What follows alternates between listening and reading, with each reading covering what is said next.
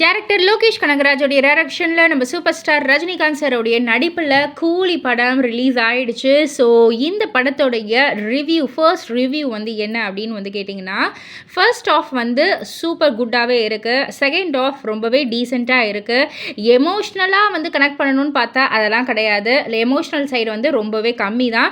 And second half வந்து full and full நம்ம ரஜினி சாரோடைய எலிவேஷன்ஸாக இருக்கும். அதுலேயே இந்த படம் ஃபுல்லாகவே வந்து செம்மையாக வந்து ஓடும்.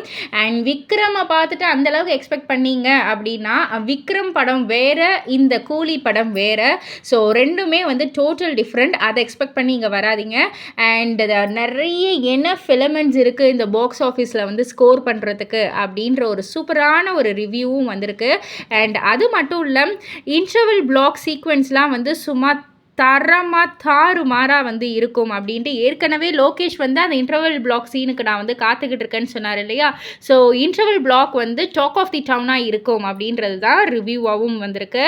அண்ட் நம்ம லியோ படத்தில் ஃப்ளாஷ்பேக்கில் தான் கொஞ்சம் சொதப்பிட்டாரு, ஃப்ளாஷ்பேக்கில் கொஞ்சம் விட்டுட்டாரு அப்படின்ற மாதிரி நம்ம லோகேஷை வந்து கொஞ்சம் குறை சாட்டினோம். அதை எல்லாத்தையுமே சேர்த்து இந்த கூலி படத்தில் வந்து அவர் பிடிச்சிட்டாரு அப்படின்னு தாங்க சொல்லணும். ஸோ கிளைமேக்ஸ் 30 மினிட்ஸும் சும்மா நான்ஸ்டாப் ஃபைட்டில் மாசாக வந்து இருக்க படம். ஸோ கண்டிப்பாக வந்து ஒரு வேல்யூபிளான ஒரு பாக்ஸ் ஆஃபீஸாக இருக்கும் அப்படின்றது தான் ரசிகர்களுடைய கருத்தாகவும் இருக்குது. இதை பற்றி நீங்கள் என்ன நினைக்கிறீங்க? உங்களுடைய கருத்து என்ன அப்படின்றத கீழே உள்ள கமெண்ட் பாக்ஸில் குறிப்பிட்டு சொல்லுங்கள். மறக்காமல் சினி வேர்ல்ட் சேனலை சப்ஸ்கிரைப் பண்ணி பக்கத்தில் உள்ள பெல் ஐக்கானையும் கிளிக் பண்ணிவிடுங்க.